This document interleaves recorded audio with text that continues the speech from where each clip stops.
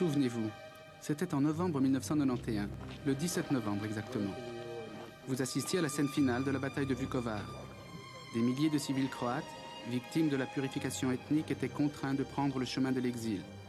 Une impression de déjà-vu qui renvoyait l'Europe, incrédule, au cœur de la Deuxième Guerre mondiale.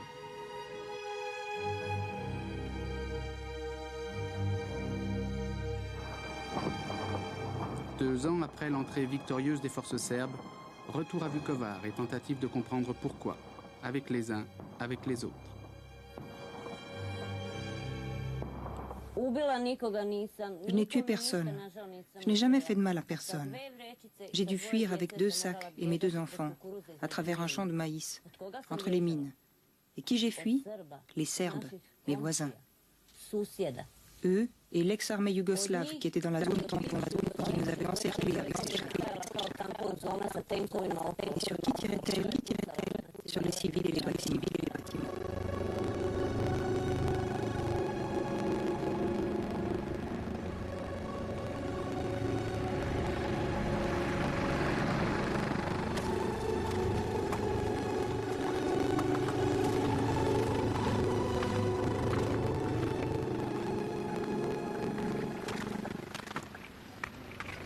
Plus de 150 000 personnes vivaient là, à Vukovar et dans cette partie de l'est de la Croatie qui s'est proclamée République serbe de Krajina depuis la guerre de 1991. Les plus nombreux étaient croates, venaient ensuite les Serbes et d'autres peuples. Ils étaient là depuis des décennies, depuis des siècles parfois, sans que personne, que nous disons encore aujourd'hui, ne cherche à savoir qui était quoi. Jusqu'à ce que, dans la Yougoslavie vacillante, l'on reparle de Grande Serbie.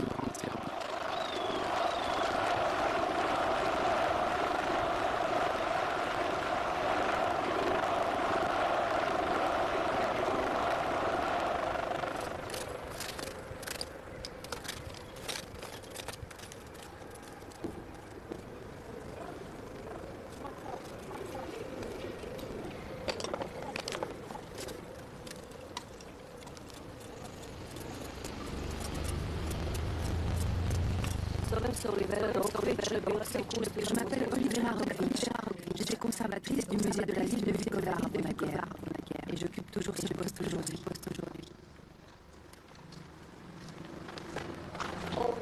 Ici, c'est le salon de la famille Eltz, une grande famille qui régna sur la ville.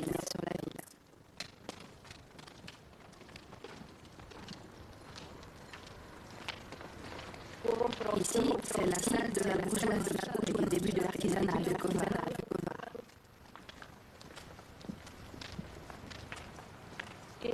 Ici, c'est la salle de la période turque.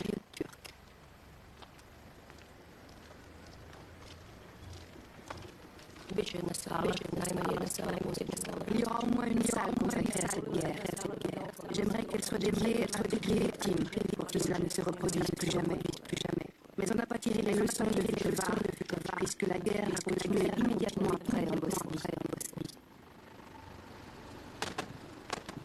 Il s'appelait Josip Broz, reconnu sous son nom de guerre. Tito avait rêvé d'un pays où Serbes, Croates et musulmans seraient tous des Yougoslaves.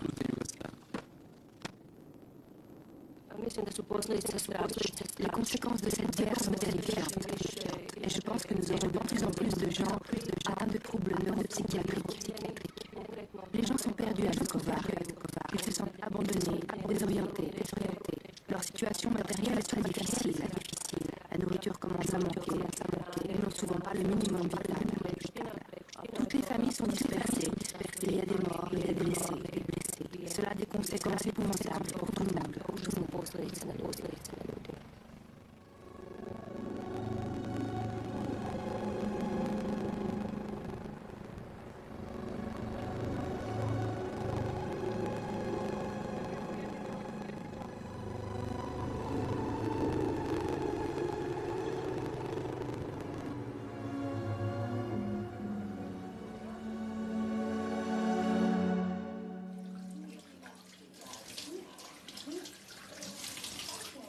La famille Papuga est aujourd'hui réfugiée en Croatie, à plus de 100 km de Vukovar. Elle a été chassée de chez elle en mars 1992. Nous n'avons rien senti de particulier jusqu'à ce qu'ils détruisent notre maison. On était toujours ensemble. On s'entraidait. Nos enfants allaient à l'école ensemble. Les collègues venaient à la maison. Ils venaient pour l'anniversaire des enfants. Je ne comprends pas comment on a pu en arriver là.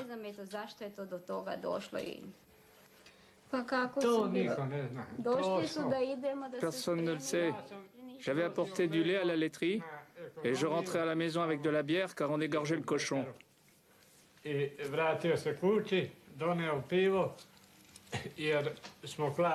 il y avait des gens qui travaillaient là-bas et puis d'un coup ils sont venus et ils nous ont dit « Vous avez 5 minutes pour partir ».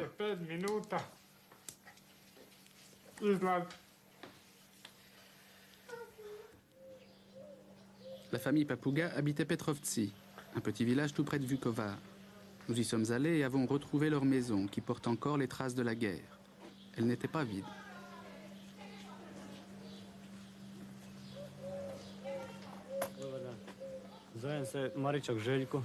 Bonjour, je m'appelle Maričak Kielko. Je vivais à Vukovar, mais ma maison a été détruite. Alors je suis venu ici. J'ai une fille. Ma femme est originaire de ce village. On m'a donné cette maison et je la répare. Vous savez à qui elle appartient? Oui, à Daniel et Papouga. S'ils reviennent, si ce jour doit arriver, alors cette maison est à eux.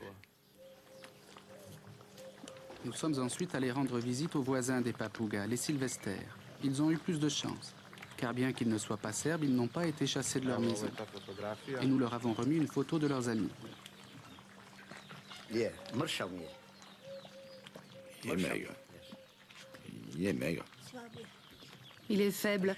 Il a toujours été faible. Les gens restent des gens. Nous n'avions rien les uns contre les autres. Je pense qu'il est toujours bon de se retrouver, que je les revoie, qu'ils me revoient. Ils sont partis très vite. Personne ne sait pourquoi. On sait qu'ils étaient en train de tuer un cochon. Quand je suis venue, il n'y avait plus personne. On ne savait même pas qu'ils étaient partis. Vous avez demandé pourquoi? Non. Non. Pourquoi? J'en sais rien, pourquoi. Nous n'avons pas cherché à savoir. Tout d'un coup, quelqu'un disparaît. J'ai mes affaires, il a les siennes. Voilà. Quand on n'est pas serbe dans cette région, il est des questions en effet qu'il est préférable de ne pas se poser. Surtout sur les raisons qui ont poussé des gens sans histoire à se battre entre eux. Même pour moi, c'est incompréhensible, c'est vraiment incompréhensible, c'est tout ce que je peux vous dire. Oui, mais réfléchissez. Vaut mieux pas réfléchir.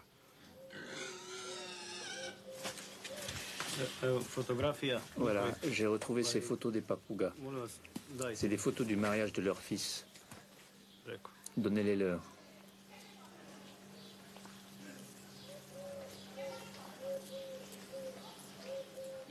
Avant de revenir chez les Papougas, nous avions aussi pris une photo de leurs voisins, devant leur maison. Cela nous fait plaisir.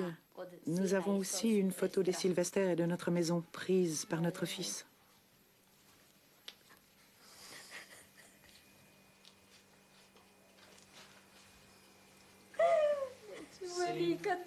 On ne la reverra plus jamais.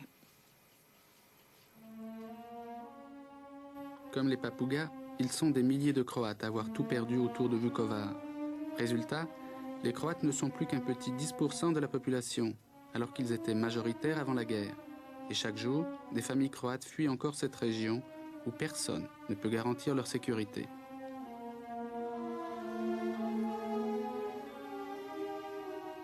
Restent donc les Serbes qui sont revenus vivre dans les ruines de Vukovar et tentent, avec des moyens dérisoires, de reconstruire la ville.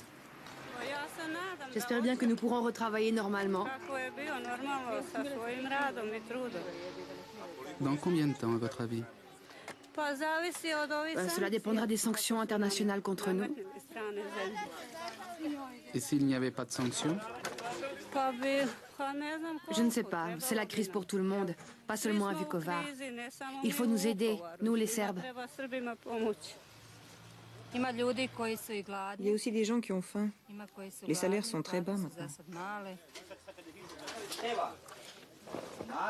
Des 50 000 personnes qui vivaient à Vukovar et dans sa banlieue avant la guerre, seuls quelques milliers s'y trouvent encore.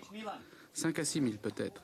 Ils habitaient une des régions les plus riches de la Yougoslavie et en sont réduits aujourd'hui à faire la queue pour recevoir l'aide internationale qui seule leur permet de survivre. Un peu de farine, un peu de sucre, quelques boîtes de conserve. Pas facile de passer si rapidement du standard de vie européen à celui du tiers-monde, d'avoir gagné la guerre et d'avoir tout perdu.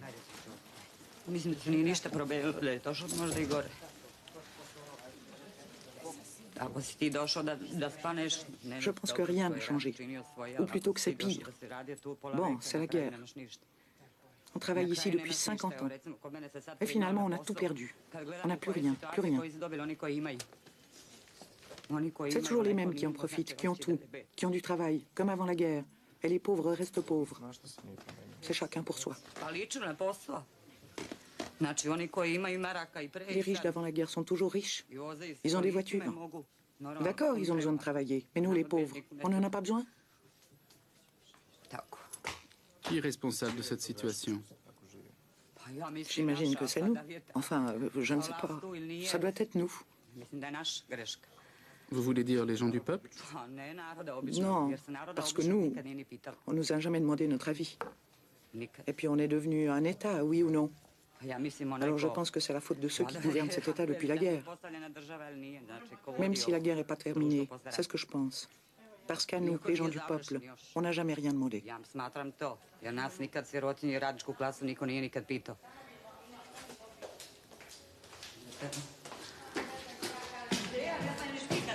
L'appartement de Milica a été totalement détruit pendant la guerre. Alors, comme presque tout le monde ici, elle s'est installée dans un appartement de la banlieue de Vukovar, un appartement resté vide, dans un immeuble partiellement habitable.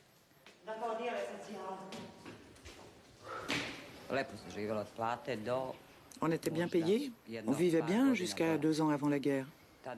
Et puis on a commencé à ne plus recevoir la paye régulièrement. On nous donnait des bons. Fin 1990, on n'a pas travaillé pendant 2 mois. En février 1991, là où je vivais, dans un gratte-ciel près du Danube, les tirs ont commencé, la nuit. Quand on travaillait dans la première équipe, c'était vraiment rare qu'on dorme une nuit entière.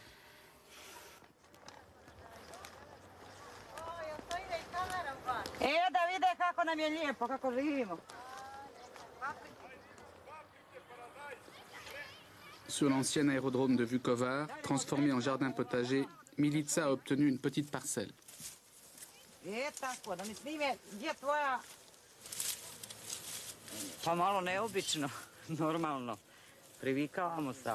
C'est un peu bizarre de faire ça. Mais on s'habitue, c'est comme ça. On est pauvre. Avant, on avait de l'argent. Je ne savais pas ce que c'était que de faire bon jardin. Qui aurait pensé qu'il faudrait retourner à la terre? Qu'il faudrait repartir à zéro? On cultive pour faire des conserves pour l'hiver. On n'a plus d'argent pour acheter quoi que ce soit.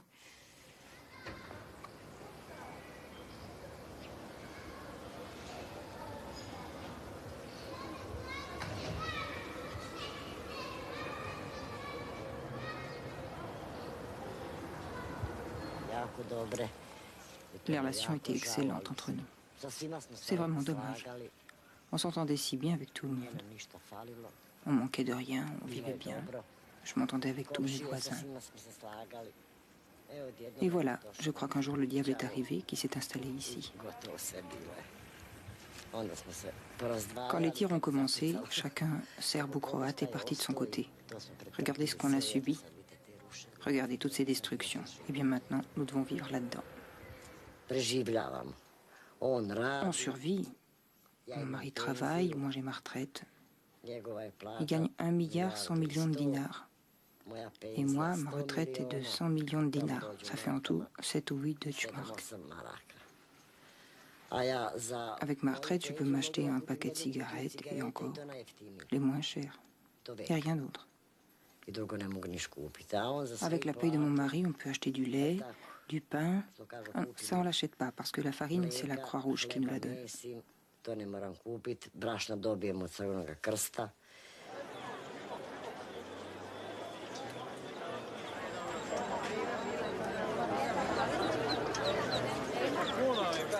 Deux fois par semaine, pourtant, le marché de Vukovar s'anime. Illusion de vie normale qui ne résiste pas longtemps à l'observation. Au cœur de la région agricole la plus prospère de l'ex-Yougoslavie, on ne trouve que quelques produits de base et à des prix surréalistes, ce qui ne manque pas de poser quelques problèmes à des habitants peu habitués à brasser des millions.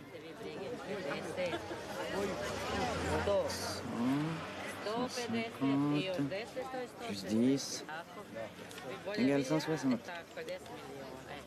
50 millions. Eh oui. Maintenant, il y a de nouveaux billets de la Krajina. 50 millions. C'est les nouveaux billets. C'est ça, 50 millions. 50 millions. Ce sont les nouveaux billets de 50 millions, n'est-ce pas? C'est la même chose. Et les prix augmentent chaque jour, d'environ 10%. Pour s'en sortir, ceux qui ont la chance d'avoir des économies en monnaie étrangère sont obligés de les écouler au marché noir à un taux qui suit la courbe de l'inflation. Discussion avec un changeur au noir.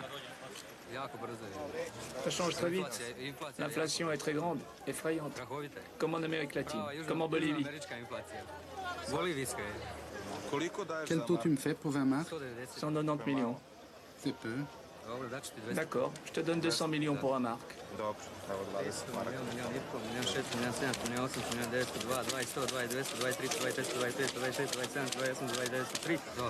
Le taux change 2 fois par jour.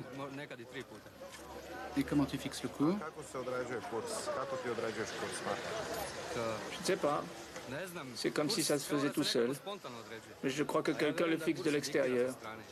Je crois que quelqu'un dicte le cours. C'est probablement l'État qui le fixe.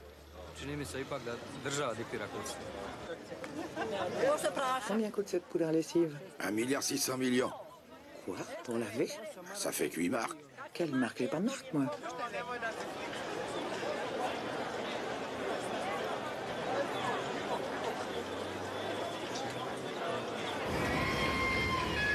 Au centre de Vukovar, sur 100 mètres de trottoir, la vie semble avoir repris comme avant.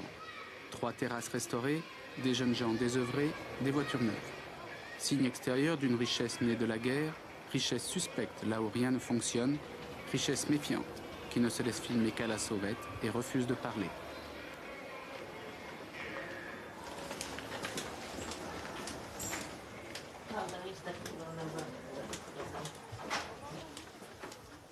Retour à la réalité de ceux qui ont dû fuir. Nous sommes ici dans un camp de réfugiés croates, dans la banlieue de Zagreb, à plusieurs centaines de kilomètres de Vukovar.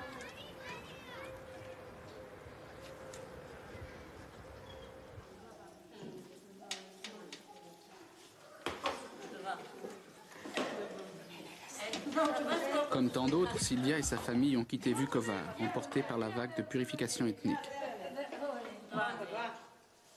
Srpski pobunjenici su prijepodne aktivirali cjelokupan topnički arsenal, uključujući i višecjevne bacače raketa. Gađali su položaje drniške obrane u Mirlović polju, Kljacima, Čavoglavima i Strunjama.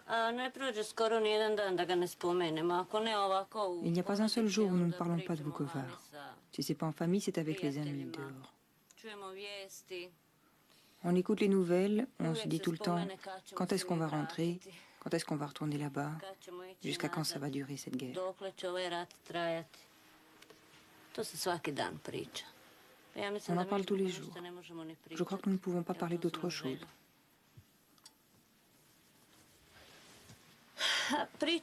Nous nous demandons surtout quand nous allons rentrer. Pourquoi nous ne rentrons pas? Parce que Vukovar, c'est une ville croate et ça doit le rester. Nous ne pouvons pas vivre comme ça dans des baraquements.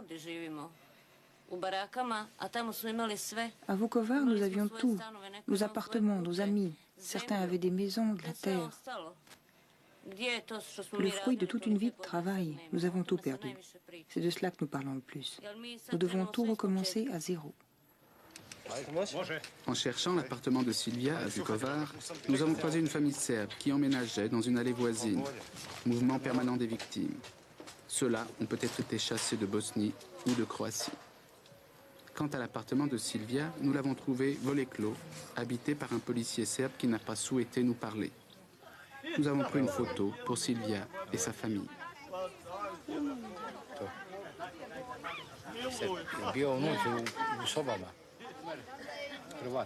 C'est Kumer, un Croate qui habitait ici. Là, c'était un Serbe. Et là, c'était Rodiganic, un Croate. Là, un Serbe. Tout a brûlé. Ces gens étaient nos amis. Mais je pense que quelqu'un leur a raconté des mensonges ou qu'ils ont été élevés dans la haine. Je crois que quelqu'un leur a fait peur. Je ne comprends toujours pas pourquoi les Serbes se sont retournés contre nous, contre les Croates.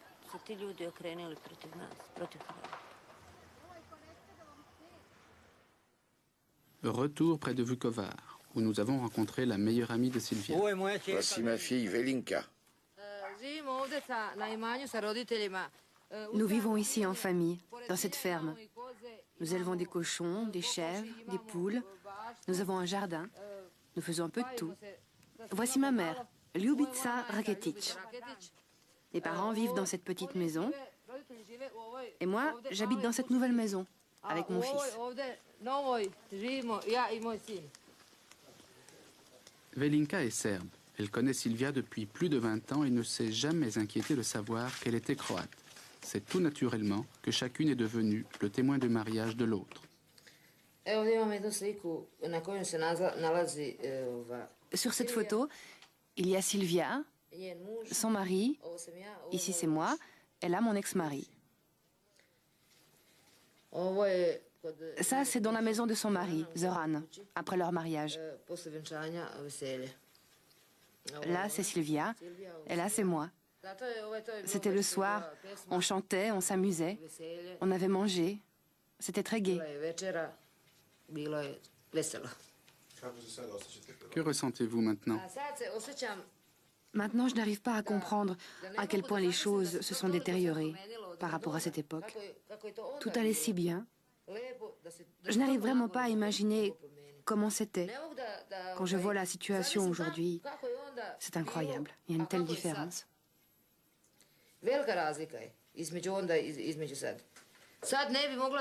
Je ne pourrais plus jamais m'amuser comme avant, ni être ce que j'étais avant ces événements.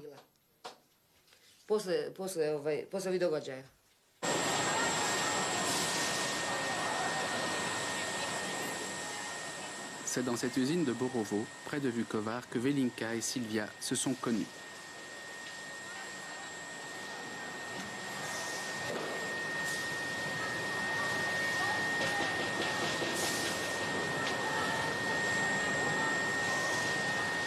En grande partie détruite pendant les combats de 1991, l'usine où travaillaient plus de 20 000 ouvrières refonctionne aujourd'hui avec le 10e de ses effectifs d'avant la guerre. Dans ses ateliers, dans ses bureaux, Serbes et Croates se sont côtoyés sans histoire pendant des décennies. Mais avec la montée des nationalismes dans le pays, le climat s'est rapidement dégradé. Avec Silvia la Croate et Velinka la Serbe, aujourd'hui séparées, nous avons voulu mieux comprendre la spirale qui transforme des amis en ennemis.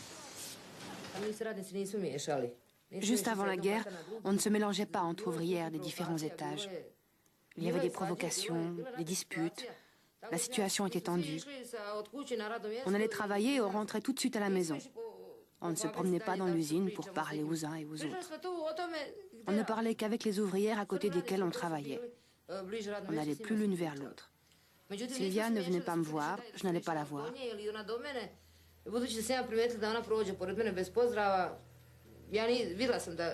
Un jour, elle est passée à côté de moi sans me saluer. J'ai vu que ça la gênait, alors je n'ai pas insisté pour lui parler. On s'est croisés dans les vestiaires, mais elle ne m'a plus dit bonjour. Elle ne me disait simplement plus bonjour.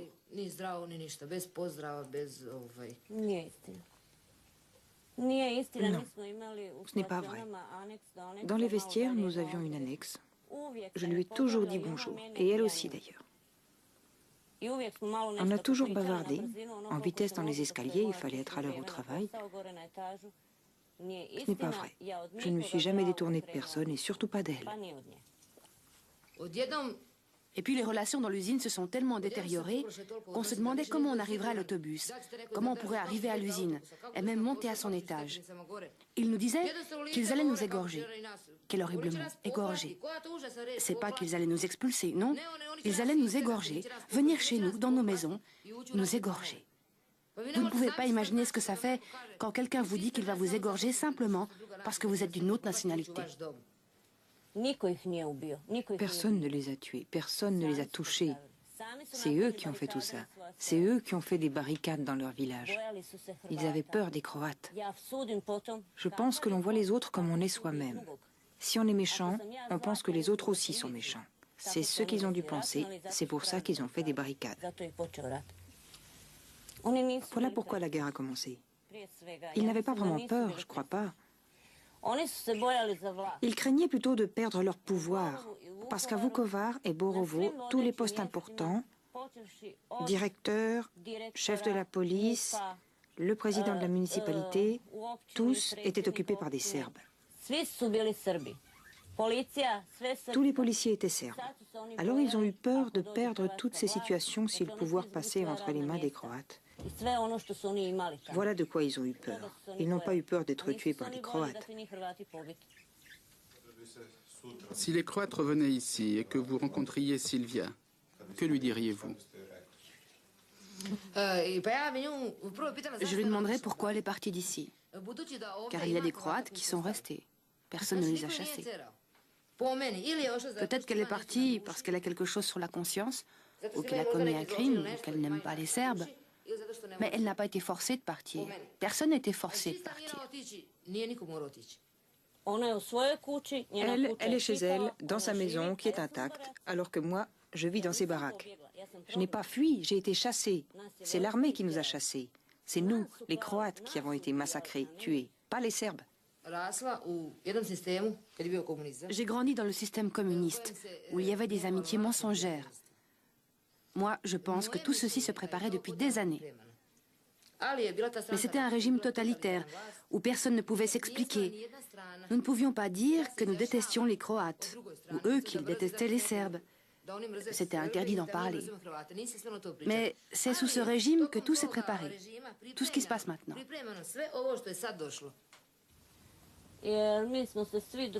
Nous avons toujours été amis. Pour ma part, en tant que Croate, je n'ai jamais fait semblant d'être amie avec qui que ce soit. C'était une amitié véritable. On était des amis depuis longtemps. On était plus proches que des sœurs. C'est pour ça que nous avons été témoins à nos mariages. Maintenant, elle renie tout ça et ça me déçoit profondément.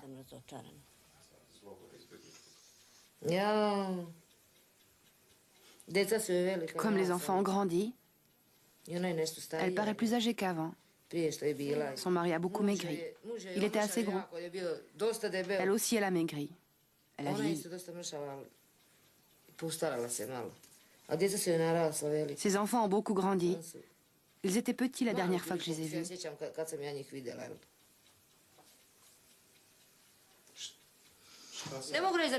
Je ne peux pas dire que je regrette qu'ils ne soient plus là. Non, je ne les regrette pas. Ni eux, ni les autres. On ne pourra plus jamais vivre ensemble. Que chacun vive de son côté, qu'ils choisissent où vivre et qu'on ne se mélange plus. Ça, c'est leur problème. Ils disent qu'ils veulent rester là-bas à Vukovar tout seuls. Mais ça ne se passera pas comme ça. Nous, les Croates, on n'est pas dupes. Nous reviendrons à Vukovar. Et si c'est ce qu'ils pensent de nous, eh bien nous ne vivrons plus avec eux.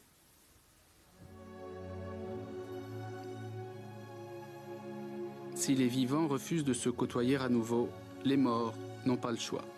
Serbes et Croates victimes du nationalisme sont aujourd'hui côte à côte par milliers dans le cimetière de Vukovar. La mort s'est nourrie du nationalisme qui se nourrit à son tour de ses morts. Et qui peut affirmer aujourd'hui qu'à Vukovar, l'histoire a vraiment dit son dernier mot?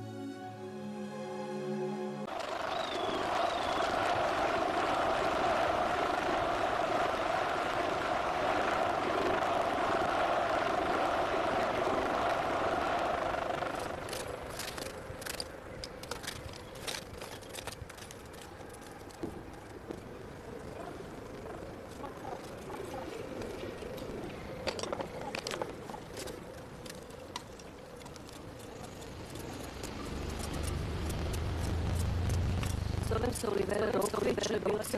m'appelle Olivera Rokvic.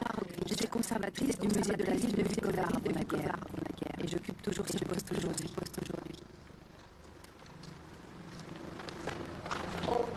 Ici, c'est le salon de la famille Eltz, une grande famille qui régna sur la ville.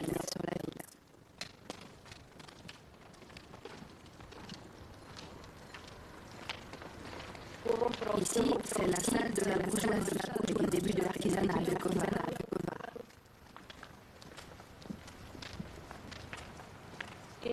Ici, c'est la salle de la période turque. À travers un champ de maïs, entre les mines. Et qui j'ai fui? Les Serbes, mes voisins. Eux et l'ex-armée yougoslave qui était dans la zone tampon, qui nous avait encerclés avec ses chars. Et sur qui tirait-elle? Sur les civils et les bâtiments.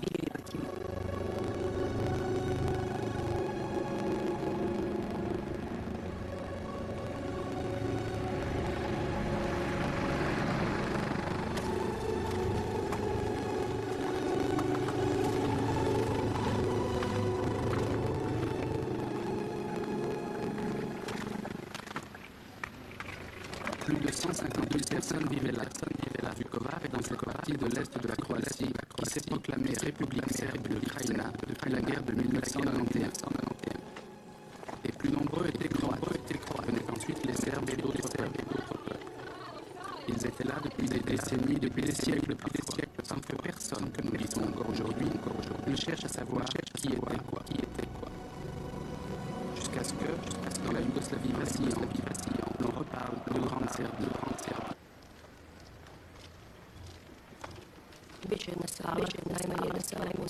Il y aura au moins une salle consacrée à cette guerre. J'aimerais qu'elle soit dédiée à toutes les victimes, pour que cela ne se reproduise plus jamais. Mais on n'a pas tiré les leçons de Vukovar, puisque la guerre a continué immédiatement après en Bosnie.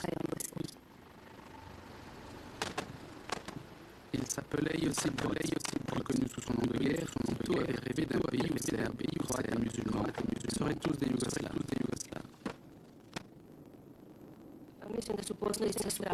Les conséquences de cette guerre sont terrifiantes.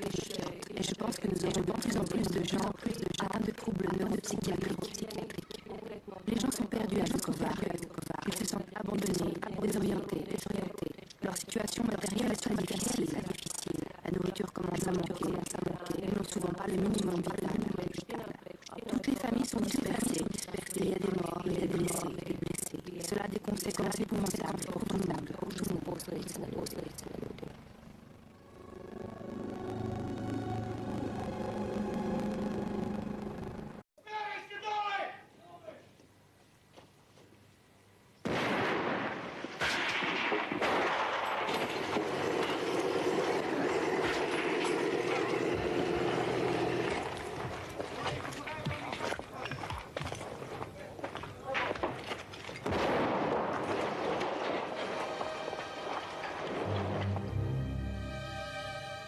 Souvenez-vous, c'était en novembre 1991, le 17 novembre exactement.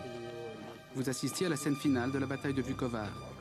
Des milliers de civils croates, victimes de la purification ethnique, étaient contraints de prendre le chemin de l'exil.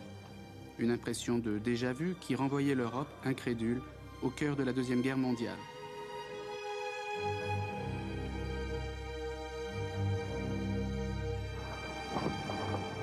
Deux ans après l'entrée victorieuse des forces serbes, retour à Vukovar et tentative de comprendre pourquoi, avec les uns, avec les autres. Je n'ai tué personne. Je n'ai jamais fait de mal à personne. J'ai dû fuir avec 2 sacs et mes 2 enfants.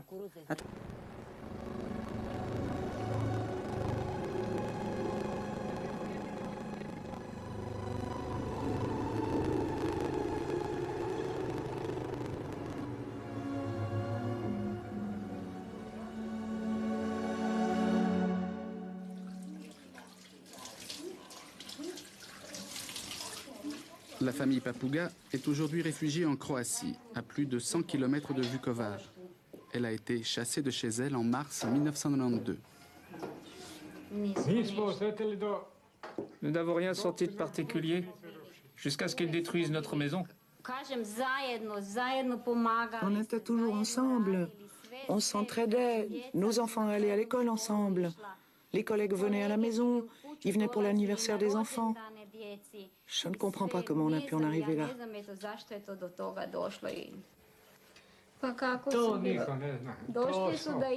Personne ne le sait. J'avais apporté du lait à la laiterie et je rentrais à la maison avec de la bière car on égorgeait le cochon.